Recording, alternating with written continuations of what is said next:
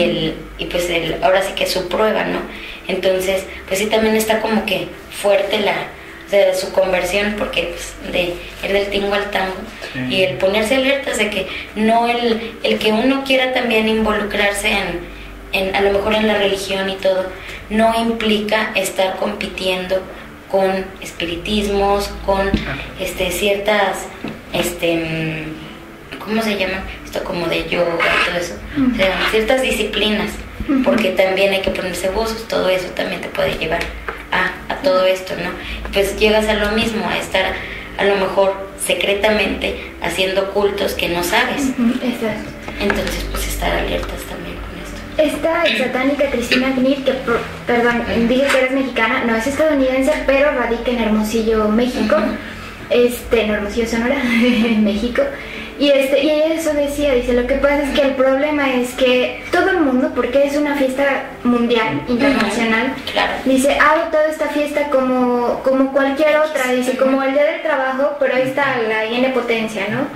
Y habla, dice, sin saber que lo que están haciendo es aumentar el movimiento satánico, dice, o sea, enriquecerlo, vaya, con personas con signos, con puertas, como decía Javi y como decía Juanjo, que se van abriendo a estas cosas. Exactamente. Y más que nada eso, el no dejar las puertas abiertas, porque uno que sabe, a lo mejor la pequeña calabacita, la pequeña, no sé, el mínimo detalle como ese estuche, o sea, puede ser precisamente una puerta que luego aguas porque no vamos a poder cerrar. Exactamente. Y ahí es donde está el meollo. Fíjate que bueno, el chico el testimonio del que buscaba, él decía que es algo mundial, o sea, él se metió, él era así como manager de artistas y menciona varios nombres conocidos ahí, como conocía así mucha gente, también esas personas pues estaban involucrados, entonces se movía en esferas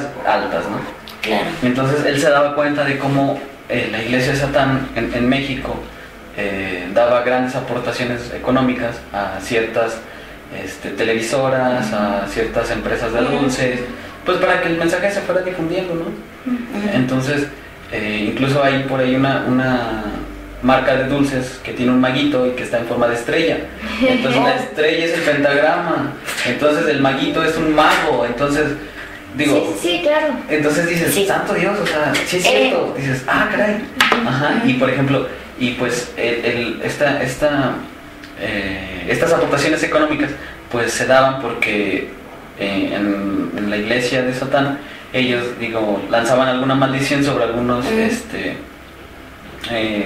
brebajes, menciona él, pero me imagino que han de ser como algunos ingredientes que traen las golosinas, los dulces. Y estos ingredientes pues se llevaban a la fábrica de dulces para que fueran incluidos en las golosinas. Entonces estos niños, bueno, pues imagínate, quién sabe qué les estarían dando, quién sabe con cuál propósito, pero ya no sabemos ni siquiera ni lo que nos estamos comiendo, ¿no? Entonces ni nosotros ni nuestros niños, ¿no? Qué magnitud. Exactamente. Hasta dónde está llegando. Entonces pues la idea es, obviamente no podemos combatir contra estas grandes empresas, no podemos combatir, exactamente, pero lo que sí podemos hacer y lo que es lo mejor que podemos hacer es la oración, ¿verdad? Es ponernos en manos de Dios para exactamente, porque él dice, ¿no? Quienes estén de mi lado, no, más bien, si estás con Cristo, ¿quién contra ti, no? Claro. Entonces, él decía que cuando él estaba... porque para cuando el señor llegó a un cierto nivel nice en su iglesia, él decía que ya tenía en su interior 35 demonios. 35 demonios que estaban apoderados de su cuerpo, ¿no? Entonces pero luego menciona que porque él era un niño bueno, ¿no? Y se juntaba, su amigo era el niño malo de la escuela. Y entonces se reencuentran así ya de grandes. Y el que era niño malo, ahora pues fue convertido, fue tocado por Dios. Entonces ya era un católico cristiano creyente, entonces ya estaban completamente extremos, ¿no? Entonces el señor dijo que, porque él se desprendía así de su cuerpo, de su alma se iba y así, o sea, nos cuenta ahí mucha historia de esta. Desprendimiento se le llama. Entonces dice que en uno de esos desprendimientos, ya cuando era súper guau en su iglesia, él podía tener así una entrevista directa con Satanás, ¿no? Entonces que en uno de estas visiones, de estos encuentros que él tuvo, mismo Satanás le dijo, tienes que quitarme del camino a fulanito, a su amigo, ¿no? Porque me está estorbando. Ajá. ¿Y cuál era el estorbo? Pues que este amigo estaba orando, estaba ayunando, estaba ofreciendo su oración por el señor por el sacerdote satánico. ¡Qué impresión! Entonces imagínate, o sea, Satanás le dijo, o sea, algo me le haces porque me está estorbando. Entonces, Dios santo, o sea, si eso hizo una sola persona orando por un señor que tenía 35 demonios y contacto directo con Satanás, imagínate qué podemos hacer nosotros. ¿No? O sea, una comunidad católica, una iglesia universal, ¿qué podemos hacer en contra de esto?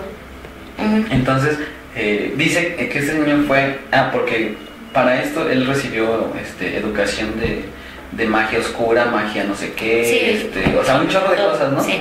Entonces él, desde su cuarto decía él que ya había acondicionado como iglesia satánica, él lanzaba así maldiciones y conjuros a este chavo, pero no le hacía nada, o sea, porque Satanás le seguía diciendo, no, que aplícate, papá. Sí. Entonces, él dice, pues no puedo desde acá, pues voy a su casa, ¿no? O sea, él estaba dispuesto así a lo que fuera, ¿no? Entonces entra a su casa y todo, y dice que cuando baja el amigo y él se quiere acercar a él para dañarlo, dice que no puede. O sea, él no podía acercarse, él sentía ese poder, esa protección, Entonces dice que él creía que era algún tipo de ocultismo que sus maestros no le habían enseñado. Sí. O sea, todavía negando la existencia de Dios. Claro, no se puede derrotar, o sea, exactamente. Claro. Entonces dice que su amigo de la infancia le comenta, no, pues mira, yo me reencontré con Cristo, bla, bla, bla, y ahora soy un hijo de Dios. ¿Y qué le dijo? Porque para esto él también estaba dando cuenta, ¿no? Que él estaba solo, o sea, que él tenía, o sea, poco a poco va narrando su conversión, ¿no? Su encuentro, que tuvo que ir fue como un curso de iniciación, me imagino, pero dijo, sí, protesto y renuncio, ya vámonos. Y así poco a poco se fue dando cuenta, ¿no? Entonces en ese momento su amigo le dice, yo acepté a Jesús como mi Señor, ¿quieres aceptarlo tú también? Entonces que en ese momento él como que empezó así a reaccionar y todo. Una lucha sí, tremenda de haber sentido. Exacto, imagínate. Entonces, no, sí, órale, va. Y entonces el amigo empieza a orar por él, ¿no? De aceptación, de señorío, de todo esto. Y él narra, o sea, él dice que él sentía un peso en sus hombros, en su espalda, que lo hacía tirarse al suelo, humillarse, ¿no? Y él así en su orgullo, él no quería, que decía, bueno, y que él pensaba que su amigo lo estaba empujando, ¿no? Así de, órale, póstrate. Pero no, o sea, era el Espíritu de Dios, porque él mismo lo había invocado, o sea, Señor, yo quiero sentirte, yo quiero estar contigo, ¿no? Entonces él dice, no lo hubiera, qué bueno que lo hice, pero así como lo llamas, él viene, ¿no? Porque el Espíritu de Dios se puso encima de él y hasta postrarlo, ¿no? Entonces, ya en ese momento él se convierte, pero una cosa es su conversión y otra cosa es su liberación. Dice que él tardó, desde ese momento de su conversión, él tardó 4 años y medio en poderse liberar de todo eso, porque durante su vida, imagínense, ya al ser sacerdote satánico, pues él tenía que hacer los sacrificios, él tenía que, todo eso, entonces imagínate cuántas acciones abominables tenía él en su conciencia, ¿no? En su corazón. Entonces, pero ya lo bueno que se convirtió, se liberó y ahora se dedica a dar ese testimonio. Pero dice que no fue fácil, porque él se encontró con Cristo y él quiso dejar la iglesia satánica y simplemente un día dejó de ir, ¿no? Pero no, o sea, ahí no se acababa, porque él dice que, cuenta que tenía una novia en ese tiempo, entonces... Ahí mismo. No, o sea, no dice, pero supongo que no. Porque dice que en una vez con una de estas artistas, que fue la que lo metió, lo volvió a invitar, ya como con engaños, ¿no? Ya casi para darte tu finiquito. y lo llevan de nuevo al lugar donde hacían esto. Entonces él dice que empieza a ver todos los signos de un rito, de un sacrificio. Entonces ve a la persona que iba a ser sacrificada con capucha roja, y entonces él va así súper padre, dice, bueno, es el sacrificio final, no, ya me voy a ir. Pero entonces cuando desnudan a la persona que iba a ser sacrificada, era su novia, la que era su novia en ese momento. Entonces ahí le toca ver cómo la sacrifican, cómo se beben su sangre, cómo se comen su corazón, cosas así. Entonces imagínate el shock psicológico, espiritual y todo lo que él trae. Entonces, pues sí, fue una conversión así súper extrema, ¿no? Porque nosotros que estamos en un plano más normal, digamos, más nivelado, pues, o sea, a veces nuestra conversión es muy fuerte. Imagínate una conversión de ese extremo al cristianismo, ¿no? Entonces, exacto. Entonces, imagínate, si estamos participando, poniéndonos un sombrerito de bruja, un disfraz de Halloween el 31 de octubre, estamos celebrando todo eso. Claro, alentándolo. Estamos fomentándolo.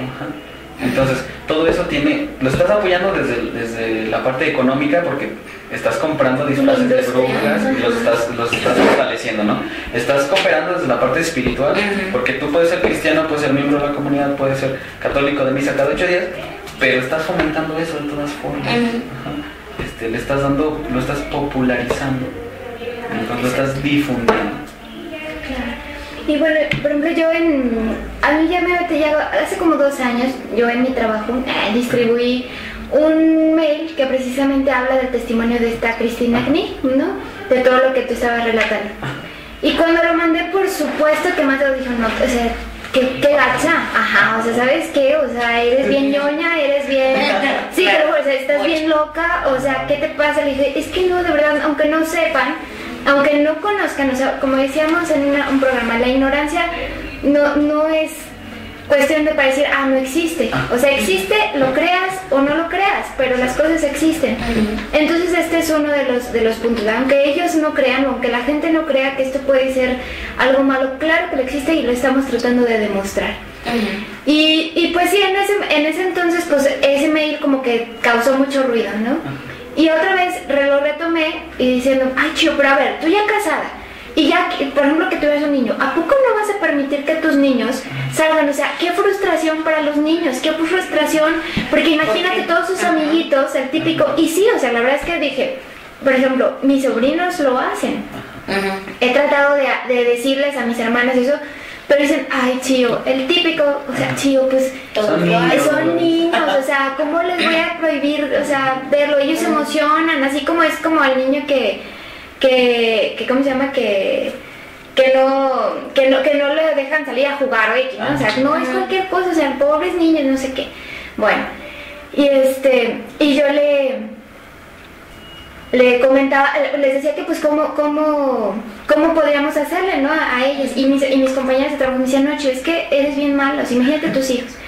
Y entonces yo le decía, Señor, yo lo creo, y yo por supuesto que no voy a permitir que mis niños vayan a salir vestidos de brujo, vestidos de muerte o vestidos de lo que sea. Pero ¿cómo les digo que no está bueno? O sea, ¿cómo les digo así apropiado lo que ellos me están preguntando? Exacto. Y bueno, gracias a Dios me mandó una información en Así Prensa que habla precisamente de esa festividad de la iglesia que ya hemos hablado, del Día de Todos los Santos, y de cómo con esto podemos totalmente contrarrestar ese efecto que ya hablábamos. Y hay todo un movimiento, sobre todo en Latinoamérica, que se está tratando de que, porque decían, sí es cierto, ¿cómo decirle a un niño que no? Y así las preguntas que me estuvieron haciendo, bueno, ese artículo tal cual lo decía. ¿Cómo decirle a un niño que no? Lo estamos frustrando, lo estamos relegando, etcétera, etcétera, etcétera. Dice, la contestación es decir, lo que debemos de hacer es ser congruentes con nuestra fe que profesamos, como decíamos, que vamos a misa, que creemos, que buscamos, con lo que vivimos. Es decir, si nosotros creemos que Jesucristo es el Rey y Señor de nuestras vidas, no podemos hacer este tipo de cosas, ¿sale?